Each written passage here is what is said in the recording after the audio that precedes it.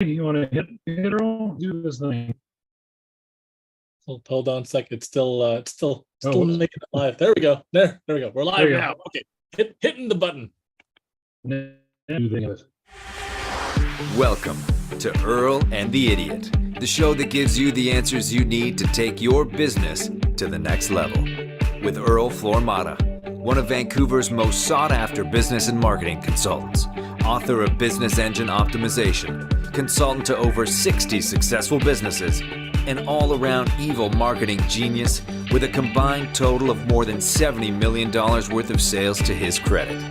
And some idiot. Okay, This guy. here we go. Here we go. I'm experiencing withdrawal. It's been a couple of weeks since we did this. Yeah, because this is our longest break, I think. somebody moved, and then we're back. So back in the saddle. Yes. I really hope we didn't lose all our viewers. 2 weeks of no show, and the viewers like, I guess it doesn't exist anymore. I will Show's stop being over. That's interested it. in it. We're gone now. We're done.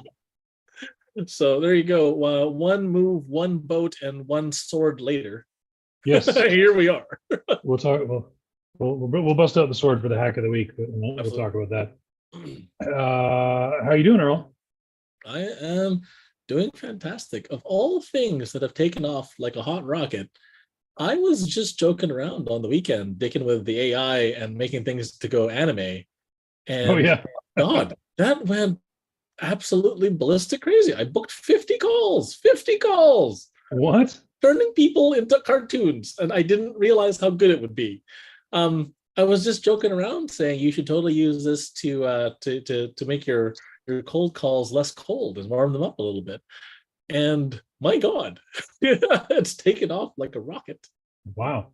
What were you booking calls for? I wanted to meet other marketing agencies to talk about consulting stuff. I wanted to meet other people who ran businesses so we could talk about consulting stuff. I wanted to talk to charities to talk about fundraising. I wanted to talk to people just seriously, just breaking the ice for whatever the hell reason I felt like. And making a freaking cartoon character of everybody. Open them right up, and they're like, "Hey, I want to talk to you. You seem like a cool guy." I'm like, "Holy God, this is working This is working better than I thought." Wow. Yeah, So, I loved mine. I was really happy with mine. absolutely, yours look really cool. Yeah, I looked very dignified. I don't know, very deep. Absolutely. And I was looking back and forth. I was like, this anime guy obviously looks way better than the real me guy. But I couldn't figure out like what it is. Like you look at it and you're like, oh, it's, I do sort of look like that, but I don't really look like that. And you can't quite put your finger on what it's changed that makes you look so much more awesome than your anime version.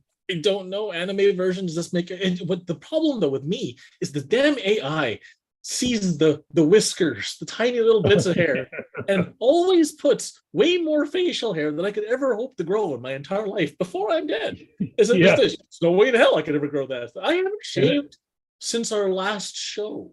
Get out of here. So I know this is 3 weeks. I haven't grown hair. This is me after 3 weeks.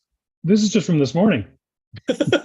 you're a regular Sasquatch, but I mean, but my God, like it keeps making me jealous. I'm like, oh man, I can't grow a beard or a mustache or any of those things. I'm like, Right. so I got jealous of my like the 3 hairs I have here, and it just pulls them right out and goes, Yeah. oh yeah, a whole mustache. I'm like, great. This guy's obviously got a full beard. Yeah. Yeah, there you go. But it always makes me feel like just a failure for growing hair in my face.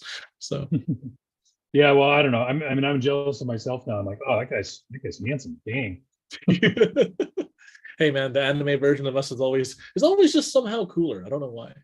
Now what AI needs to do, and it probably exists already. It should be able to make an anime version of you as an avatar. We should be able to do this show as the anime versions of ourselves. Oh yeah, I'm pretty sure you could do that. I just don't know how yet. But Let's make that one happen for next week, okay? I'll see if I can figure out how to do that. Yeah, we'll tie the content in somehow. Yeah, for sure. I actually, you know what? I just figured out how to do it. I figured out how to do it. I can do it. That's crazy. There you go. All That's right, how it all works, ladies and gentlemen. Challenge accepted. So, all right. How about you? It's been a minute. It has, yeah. Doing good. Brought in another client. Yeah. A client of one of my clients mentioned needing a website, and my client said, "Well, this guy built our website. He's pretty good." So And the client of my client is my friend, or something yeah, like exactly. Yeah. So yeah, hopefully that works out. I'm building a website for him, and then there's a potential big commission for me from this guy. So maybe we won't go into details, but no, absolutely. Yeah, something you don't we have to go into details, but one client of one client and one sword and one move later, or here we are. And I am. Oh yeah, the sword fits in with the anime too, doesn't it? Absolutely. Works out. What was I gonna say? Oh yeah, I'm giddy right now. I don't know. Probably the viewers will not relate to this at all, unless they are web developers or web designers like I am. But I creating my client's new site. When I was working on his existing site, I had to integrate a contact form with his CRM, with his customer, his client database Yep. setup. I had to set up the form. So someone fills out the form and it automatically sends the information to the management software. And you remember me, I had way more hair. All this here, this is all full lush hair before I tried to do this for like over a week. I think like a week and a half, maybe 2 weeks. I was banging my head against the table, occasionally going, all right.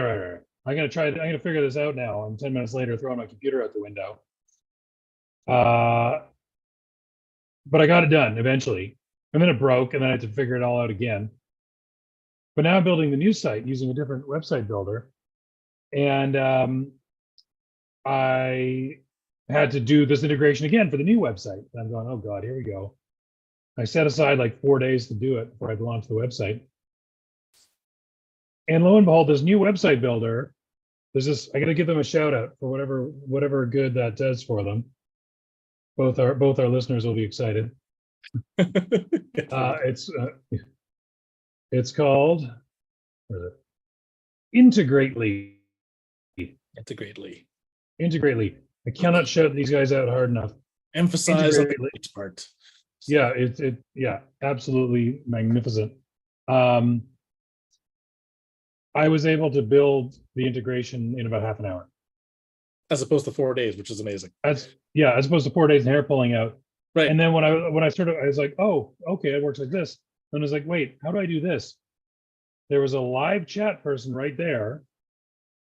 And after chatting with her for a second, she's like, can I just call you and explain it to you? And I was like, yes, obviously. Wait, you can. You do that? That's yeah. That's unheard of in this internet world. Someone's gonna call you? The hell. So yeah, so next thing I know, she's on video phone with me and walks me through it all.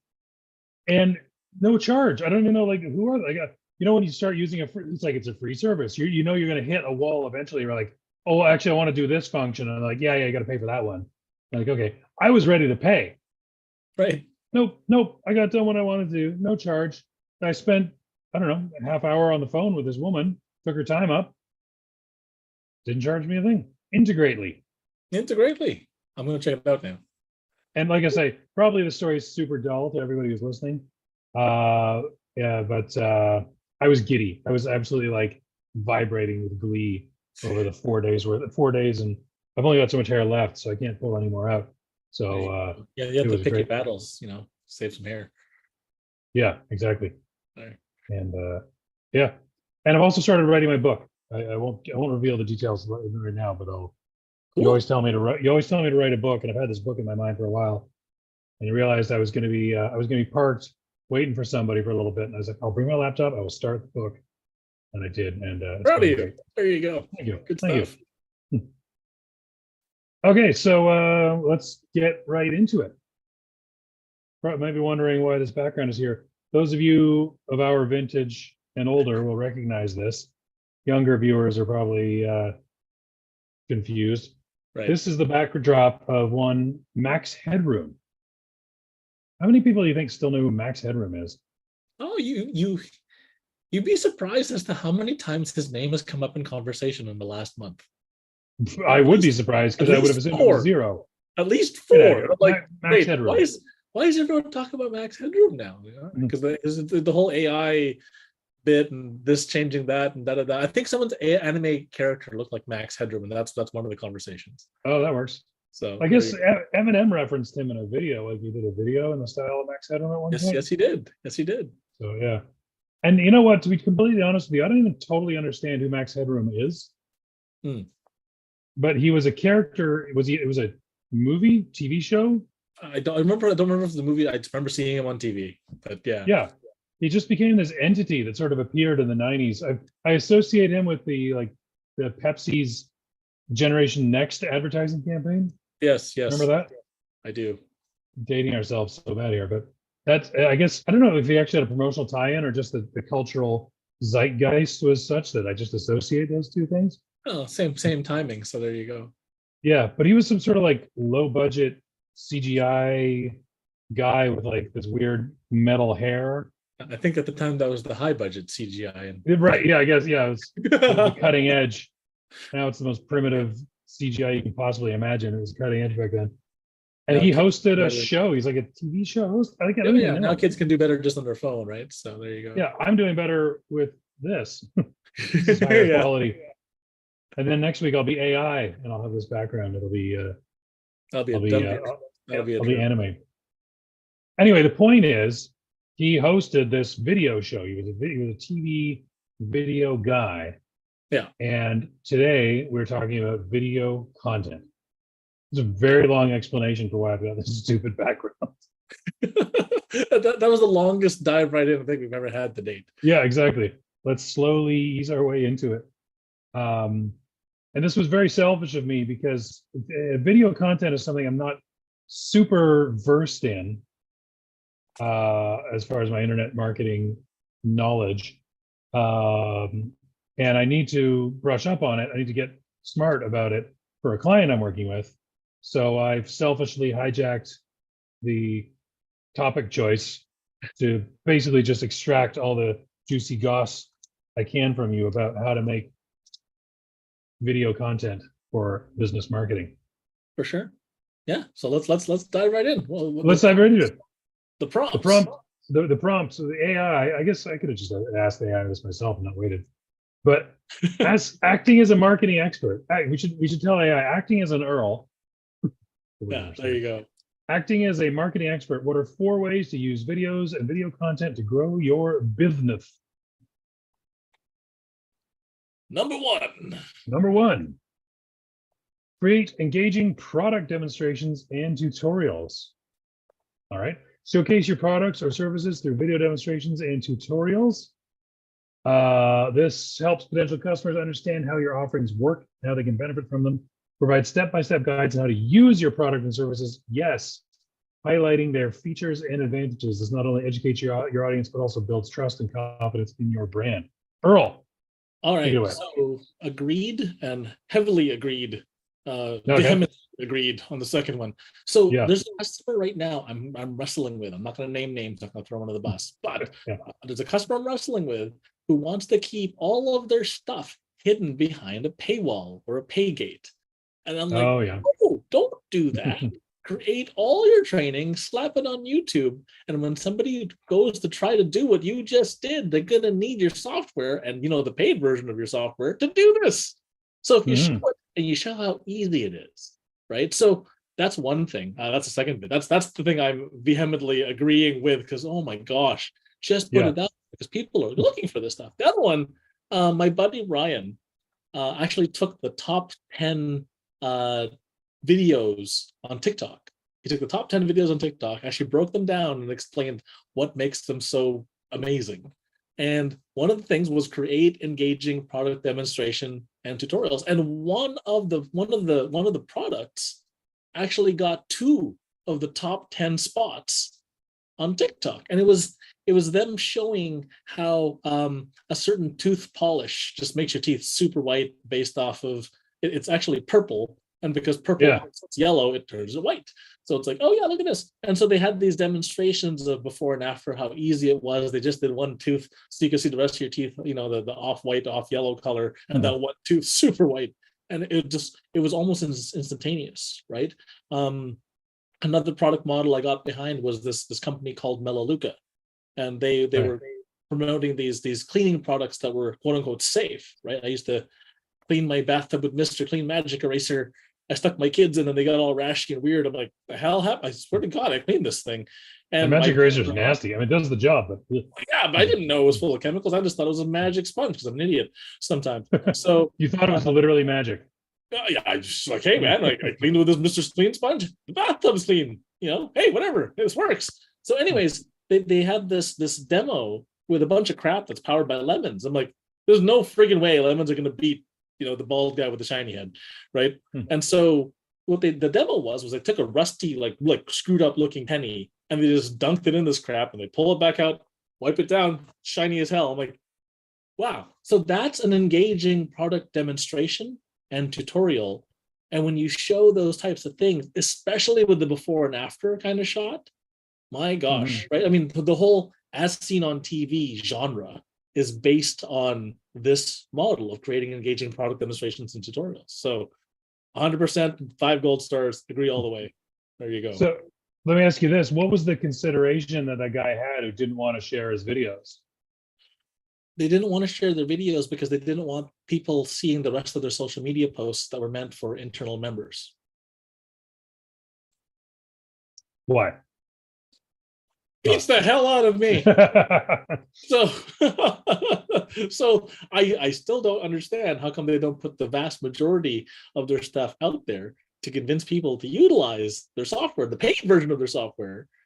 It still boggles my mind. So I'm like, hey guys, why don't we do this? And they're like, nope, that stays behind the paywall for the members only. And I'm like, well, then you're not going to get as many members if no one gets to see the cool stuff that you do. So there you go. Yeah, I find there's a sort of a thing that people they get very protective and defensive about ideas, but it's like ideas are a dime a dozen kind of thing. Like people don't want to post their art because they're like, oh, someone will copy it. It's like, let them copy it. You know what I mean? Don't give them permission, but right. Some people are going to copy it. Some people are going to buy it. Yeah, but in the information age, information is no longer paid for, right? They're not going to pay for information anymore. They're going to pay for getting it done. They're going to pay for execution. They're going to pay for a myriad of other things, but not for information. You just go to YouTube, type in anything, and it shows up. Right? So exactly. When in Rome, there's no secrets anymore. There's no monopoly on information. No, there isn't. So just give it away and then have them pay you for the ability to use the tool. Now, here's a question / complaint. You create a product demonstration, like particularly for like a software interface, and then you change the software interface. You have to update your videos, do you not? Yes, you do, and that is a royal pain in my ass. To just to get this show published, just to get this show on Twitter, is a royal pain in the butt because before Elon took over, they changed the interface 3 times, and so. During the course of our little show here, which hasn't been on for that long, really, to be quite frank, I've had to reset the damn Twitter thing so many times and like call in going, duh, I can't find the button. You guys have moved it again. And if honestly, if you held a gun in my head right now and it said, hey, fix the Twitter thing, I wouldn't know what to do. I wouldn't know what to do or where to go or what URL or where to start. I always with Facebook, when I get a client, I'll be like, well, I need access to your Facebook page. And they'll be like, well, how do I do that? I have to answer, I don't know. I don't know. I don't know how you do it right now. My current answer is share your screen. We'll figure it out together. Exactly. That was the answer that customer service agent had today. Maybe that's why. There you go. All right. Let's carry on. Tell compelling brand stories. Use video to tell your brand story and connect with your audience on a personal level. Share the history, values, and mission of your company. Highlight customer success stories or case studies through video testimonials. These real-life examples can establish credibility and demonstrate the value you provide. So again, agreed. Telling compelling brand stories, especially with the customer success stories and case studies and video testimonials. Those are the ones that are really going to hit home. Because if you tell the story, the funny thing is when you've done something for real, you remember the specifics of that thing. Ask any real estate guy, hey, what was the first house you bought? How much was it? Where was it? What was the address? They remember everything. It's crazy. I'm like, how do you remember this stuff? Like, I don't remember every last little thing. So if someone's done something specific and they can recite the specifics, that makes it more real or authentic. And so telling someone's actual story, walking them through it, and then having a testimonial tagged at the end, super powerful. So yeah, telling compelling brand stories, absolutely. Have you changed somebody's life? Have them scream it from the rooftops, right? And one of my shining pieces, one of my shining moments is I actually took one of my mentors and helped them out. They helped me out for years. And finally, the time came where I had a chance to help them out. I got them to almost $1 million in like a month by just switching a couple of things around the way they were structuring things. And he gave me a testimonial. And that is my pride and joy, having to be able to serve back, someone who taught me, to be able to pay them back in spades and go, yo, no problem. Hey, watch this. Brand stories, that is the killer part. So there you go. Here's a weird thing. Have you ever noticed this? Have you ever noticed that you can always, on my computer, you can always, actually it's fitting with the max header, and beep, beep, beep, beep, beep, beep, it would always glitch out, remember? Yeah. Have you ever noticed that when you see a video testimonial, you can 100% of the time tell if it's legit or not? Mm-hmm. Absolutely, because either the guy's reading or it's full of crap. Yeah.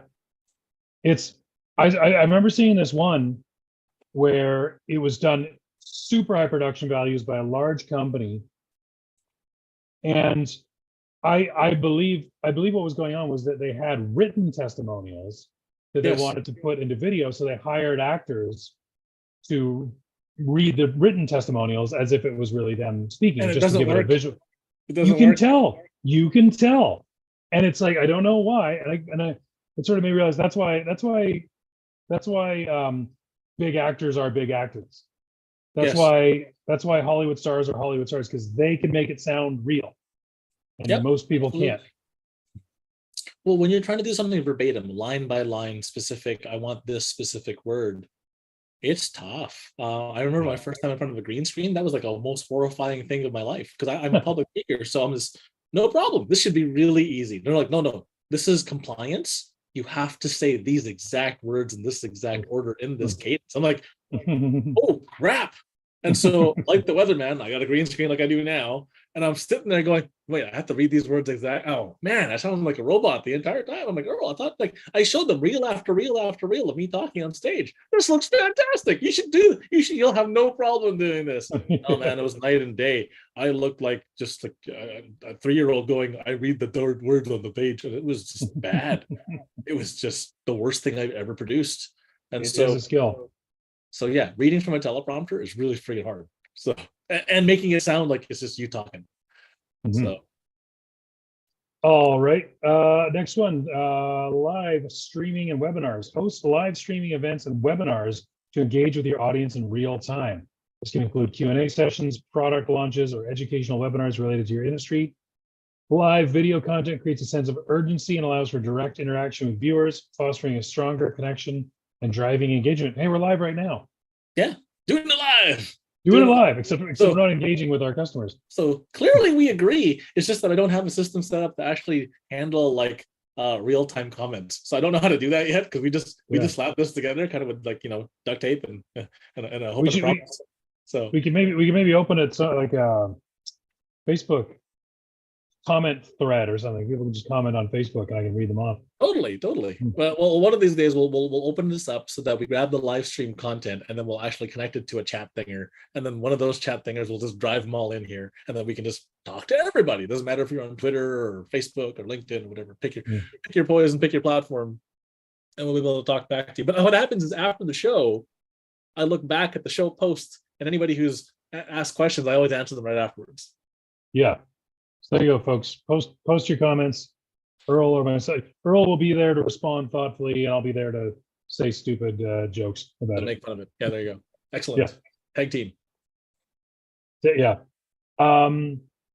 What sort of let's bring out to visit. What sort of live things can your average business do? Like, what lends itself to live and what doesn't?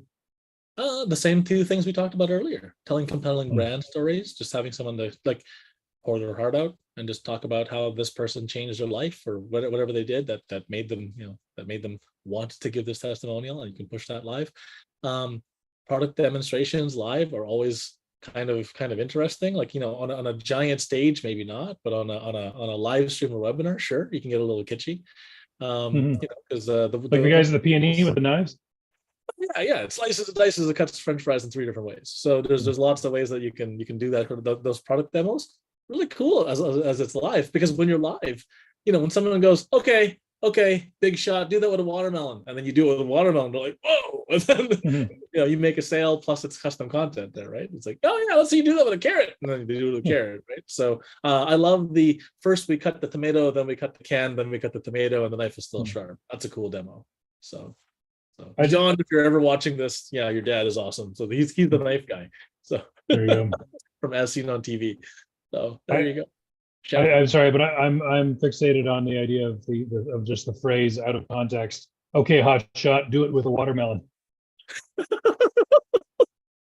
That was just from the hip off, but yeah, just off the cuff, right? That's just how my brain works. I'm glad that you pay attention to the important parts of the discussion. Yeah. I should give a shout out. I'll probably have my client who's doing the video content. I'll probably have him watch the show. So I'll give a shout out to Tibor. Hey Tibor, thanks for tuning in. How's it going? Yeah. All righty. All right, number 4. This is the crux of the thing. Optimize for social media platforms. Tailor your video content for specific social media platforms. Each platform has its preferred video format and length. For example, short, eye-catching videos work well on platforms like TikTok and Instagram, while longer form content can thrive on YouTube or LinkedIn. Use relevant hashtag captions and calls to actions to maximize visibility and engagement on social media. So LinkedIn, tell me about video content on LinkedIn first before we go into the rest of this. Each of the different platforms has a different persona type, right? So, but before I answer the question, certain platforms only accept certain format types, which gets a little weird. So as an example, watching YouTube Shorts are only possible in vertical format. If they're not in vertical, they don't fit in YouTube Shorts, and you can't submit them, and they look stupid because they're horizontal, right? So if they're not vertical, it ain't gonna work, right? On LinkedIn, again, if you have to look at how do people consume the content. If you're on LinkedIn on your phone, vertical is fine. If you're on LinkedIn on your computer, you kind of want it to be in horizontal format, right? Because it's bigger, it shows you on your bigger screen, you can see more, right? And realize that it depends on the age demographic of the user as well, right? Yeah. So Facebook and LinkedIn tend to attract an older crowd, whereas TikTok is the younger crowd. So on Facebook, LinkedIn, anything where an older crowd is sitting in, right? So this is 40 plus, right? You need bigger fonts. You need different structure in the way that you speak. You need, there's a cadence of stuff. Whereas on TikTok or on Instagram, you need to cut the videos where if there's any pause at all whatsoever, you completely lost all the children. They're gone. Yeah. Right? So if there's a pause where you just stop and then continue talking, it's over. So they actually cut all those pieces out, which is kind of crazy. I have software that does that. And I watch myself do it, and it actually perturbs me. It's like, it kind of irritates me. I'm like, I can't watch this. But I show it to the younger crowd, and they're like, hey, this is awesome. And I'm like, really? With no cuts or no pauses or no thinking in between. It's just go drink from a fire hose. Whereas if you did this, I think someone would have an aneurysm, right? Yeah. I got a question for you, and I'm kind of scared of the answer to this. Sure. Is that stupid, annoying fingernails on a chalkboard TikTok voice successful? The way that millennial, or I guess not millennials, Gen Z talks on like YouTube videos and TikTok videos and YouTube shorts, where they go, it's actually really crazy. This guy went up to this woman, and you won't believe what he said. They have this weird like cadence and cadence. voice. Yeah. The thing is, I hate it so much. Right? It's a fad, and it's a timing thing. Because if you look back at 6 months, 12 months ago, it was that weird female robot voice. Yeah. Right. And then if you look at it now, it's that weird cadence, and maybe sometime later it'll be the weird Mexican radio announcer voice. Right. So because those things shift at such a quick level. It's only when you're doing something that targets that type of demographic. So if you're going after millennial Gen Z, then yes, it makes sense because that's what they're accustomed to. That's what's trending. If you're going after an older generation, they won't get the weird voices. They'll like, why don't you just talk normally, right?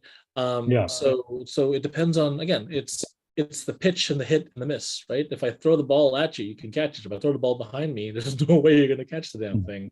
So don't worry about trying to catch up with what's hot and what's not if that is not your target demographic market. So if you're trying to sell to anyone over the age of 30, don't worry about that. Just make sure your message is on point. So let me ask you this then. This would be almost a good hack, but and Tibor, pay attention to the answer to this. Is there a way to find out the viewing habits, the video content viewing habits of your target demo? Do they like long form? Which like, is there a handy repository of this demographic data, or is it all? It's not a handy repository per se, but what you can do is you can sort by and watch, like how many views, right? So when you type this into YouTube, when you type this into TikTok, there are tools out there. I don't know the tools off the top of my head because they're on a different computer, but when I'm in video mode, I use a different computer to do stuff. And there are research tools that show you what are the most watched videos based on keyword. And the keyword is based on, whatever demographic you're selling to, right? Because if you're selling the tooth whitening thing, the younger gen really likes that kind of stuff because they're a little more vain than the older guys. The older guys go, it's fine. I don't really need to have super ridiculously white teeth that shine in the dark, right? Yeah. So it just depends, right? And it depends on who you're targeting after, because certain keywords appeal to certain demographics. So just going back to that, like, there is nothing new under the sun. My answer is cheat, and then cheat some more, right? And the way to do that is just do the research. Type in the keyword, use the research tool. It will show you what all the top videos are and which ones have the most views and view time. Well, guess what? Grab the top 20, pick what you like, throw away what you don't like. You don't like the weird robot girl voice? Don't use it, right? So, and you get like 100 ideas of what you could be doing there. And you're just basing it on data, right? It's not licking your finger, sticking in the air, which way is the wind blowing? No, it's like, okay, well, to sell this thing, this is what's working. Take a look at the videos that do that and make your own spin on it. So I'll give you a direct example. This is not a video bit, but this is actually it's still a content bit. I started paying attention to how many views and impressions I was getting on LinkedIn. I was crushing it, getting around 8,000-9,000 views a week of the random stuff I've been curating.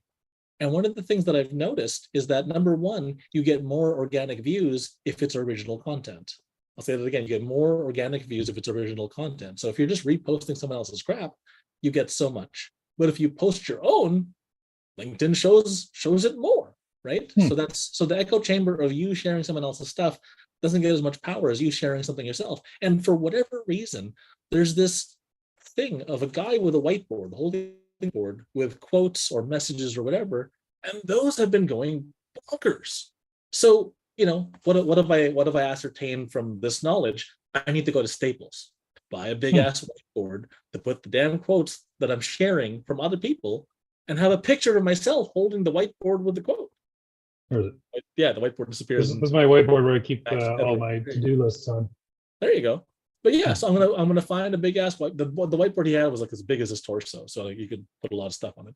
So I'm gonna go grab one of those big ass whiteboards, throw this up here, take a picture of myself holding the thing, and then post that exact same thing on LinkedIn with a little spiel about, hey, this is why I'm posting this quote. And if again, the numbers don't lie, right? So the numbers will tell you what type of content that you have to go make. So you know what? So just to summarize, your suggestion is search for your product you're selling, product or service. Look at all the top content, decide what works for you out of that top content, and then just steal the F out of it. And then recreate it, right? Yeah. No. So because there's actually a technique where you steal it. So you can steal it from one platform, dump it on another. So there's a technique where you can grab the TikTok videos that are doing the best, dump it on Facebook or YouTube, anything without a copyright notice on it. And you can just move it from one platform to another, slap your affiliate link on it, and there you have infinite traffic from infinite videos, right? And you don't have to make a single thing. It does work, right? But, like I said, using your own original stuff ends up being better because now it's kind of your flavor, your style, your way of speaking, your way of communication.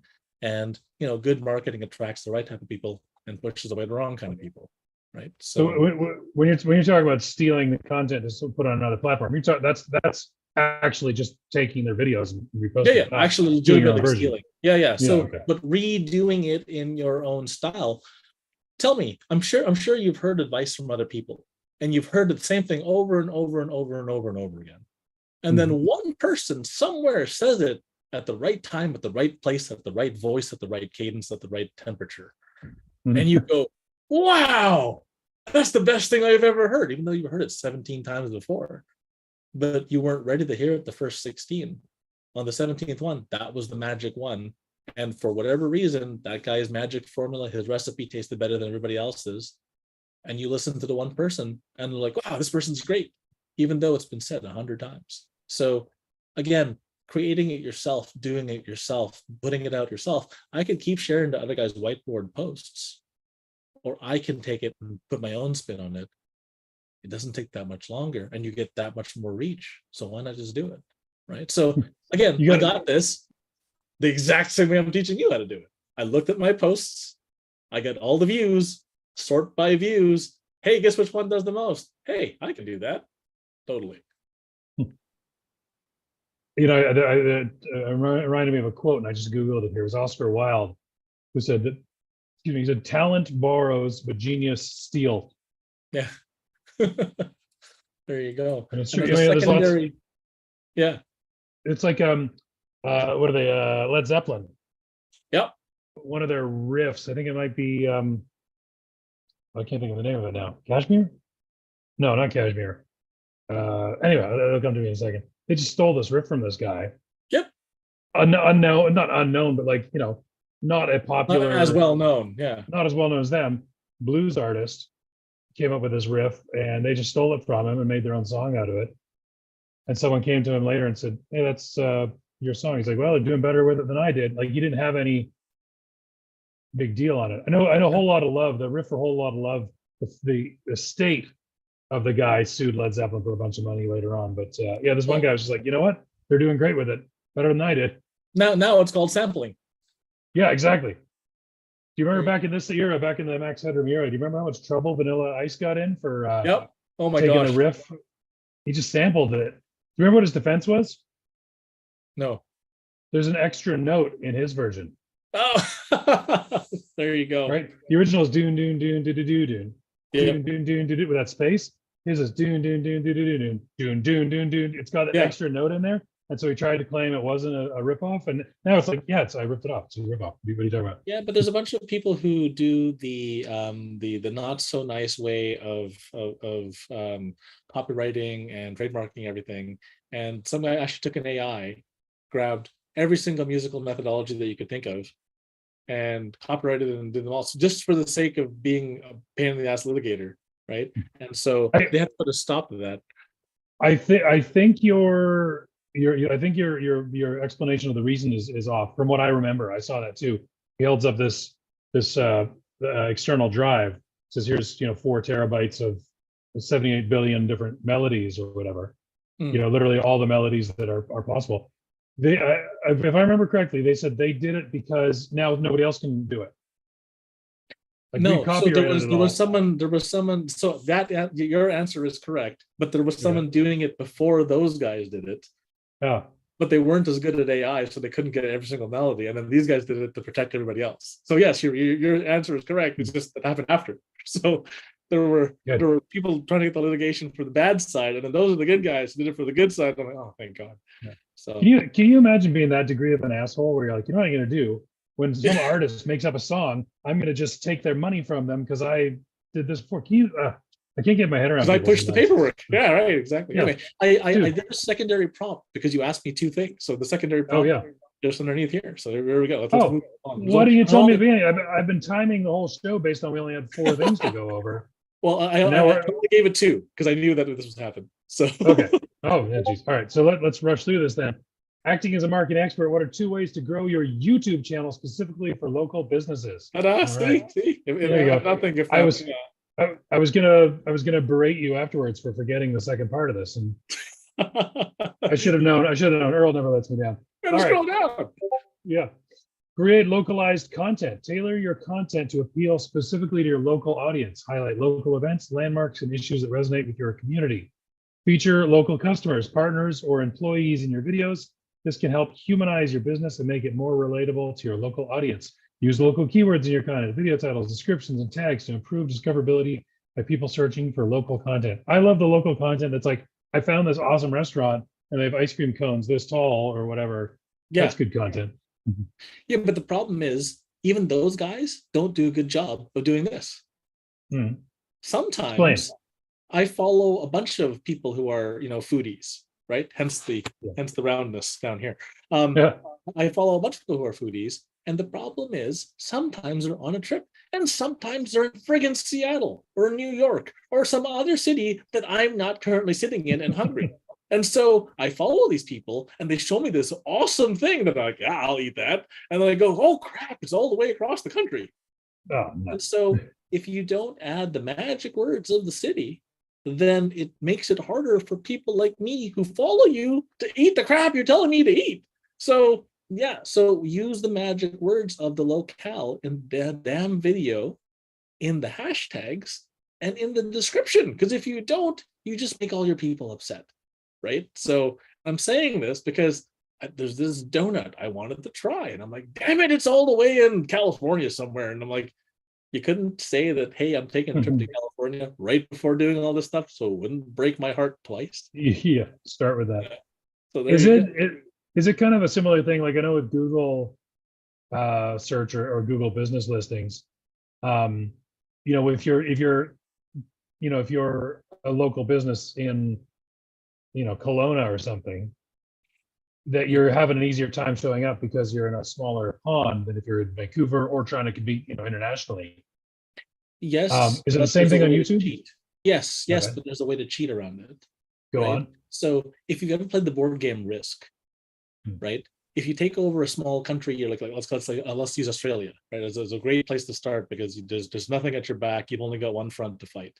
If you take over Australia, you get this army bonus of 2 extra dudes, right? When you play the game, right? Okay. It's the same thing when it comes to video or SEO or whatever. So if I'm taking over, let's call it just Vancouver because we live here, right? But I use the specifics Burnaby, I use the specifics Richmond, I use the specifics Vancouver, which are the 2 cities that are right next to Vancouver. But then I drill down and I talk about Strathcona. I talk about, Falls Creek, the area around Science World. I talk about very specific little neighborhoods. What happens is that I get that little mini army bonus, just like Risk.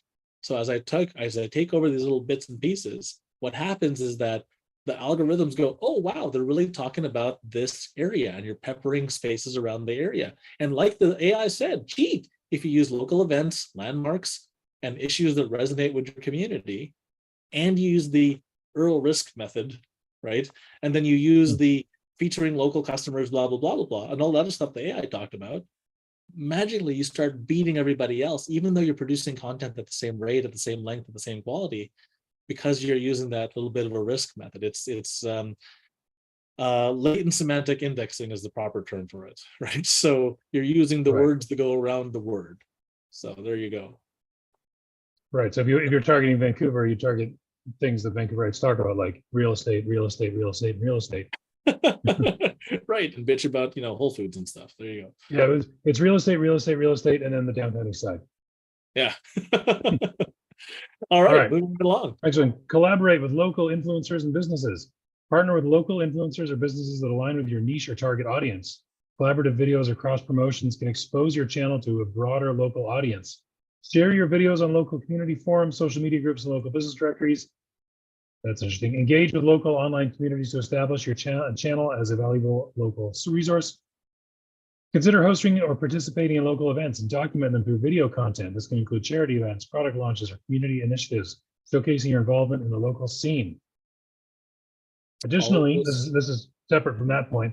Additionally, ensure that your YouTube channel is optimized for local search by updating your Google My Business listing with accurate information, including your YouTube channel link. Yes.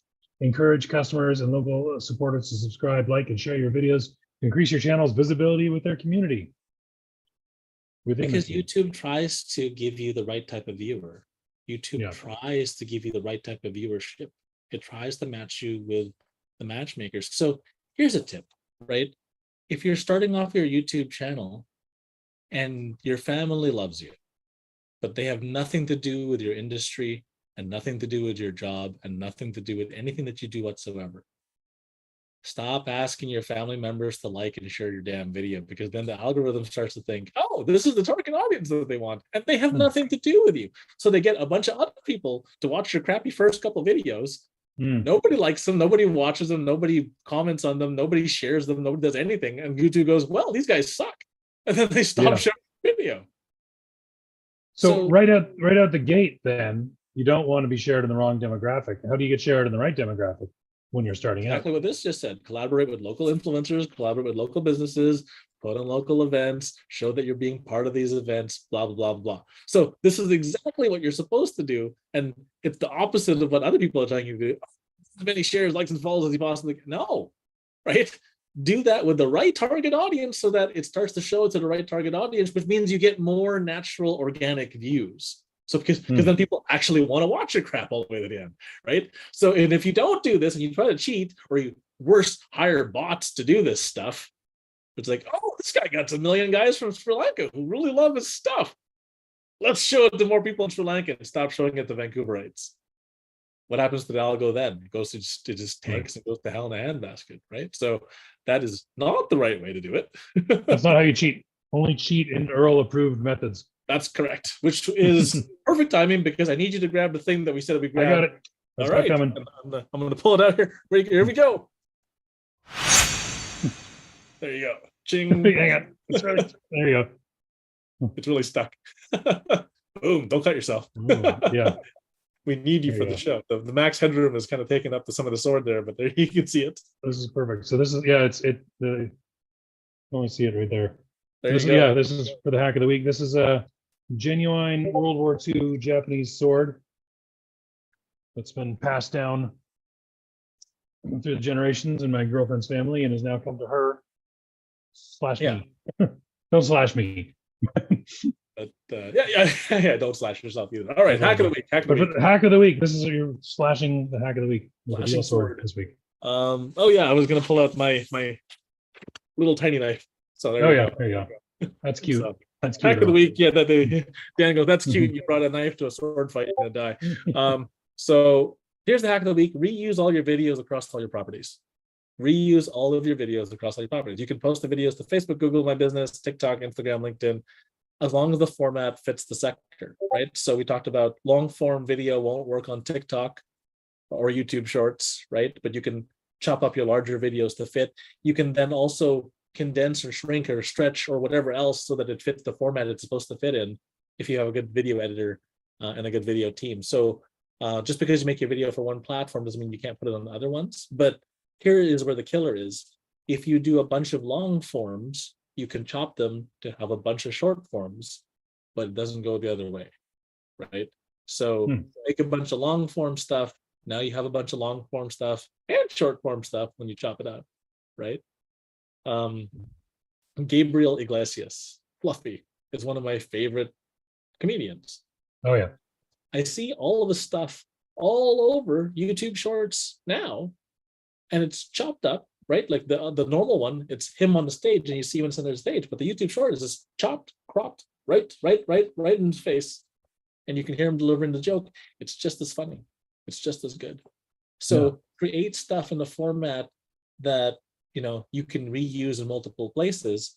If you want the latest end all be all, viral type video, then obviously you're going to want to go vertical and YouTube Short or whatever else, or TikTok. But if that's not your target demographic, man, go wide, go old school, and then chop it up for greater usage later, right? So how long should a YouTube Short video be? I should know this.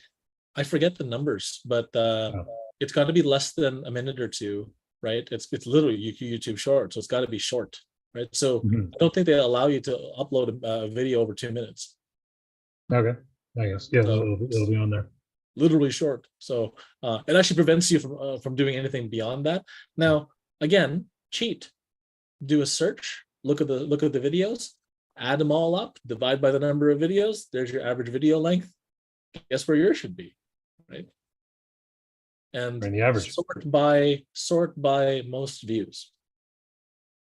Right, so you sort by the Okay, most yeah. views, and then you did divide by average video length, and then there you go, based on the keyword, and just like that, it tells you what to do.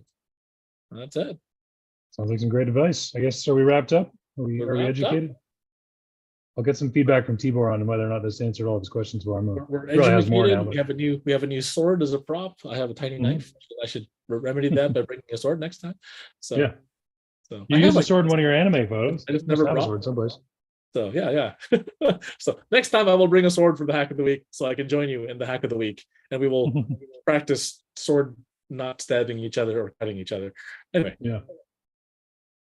it's Thanks for the show today, Earl. Always informative and wonderful. Thank you everyone for tuning in. Thank you to the AI overlords for making the job easy. absolutely. And see you next It's good to week. be back. It's good to be back. We won't skip 2 weeks this time. Yeah, there you go. All right, Play us out. Play us out. Here we go. Thanks for listening to Earl and the Idiot. We hope you learned something you can take action on this week. For more What? I don't know what happened. Oh. It sounded like it was skipping at the intro. I thought maybe there was a problem with it. I don't know what Oh, happened. this is embarrassing. We're It live still and everything. shows. It still shows that it's playing, so I don't know what to do at this point. Anyway, I will. Well, fix thank this you in everybody for post. joining us this week. Remember what Shakespeare said? Be foolish, Yeah. wise. I'll fix the post, I guess, but I don't know what to do. It's still literally playing. It just cut off one day, so Right. I will blame the Zoom gods for this one, and then we will try again in the week. Great. When my friend tunes in, we're gonna screw it up like this. All right. show, There- It just kicked back in for some reason, and then get it you. died. So all right, okay, Zoom gods. This is embarrassing. Zoom destroyed it. It's okay. We're good. All right. We'll do it again next week. Catch you later. Bye, everybody. everybody.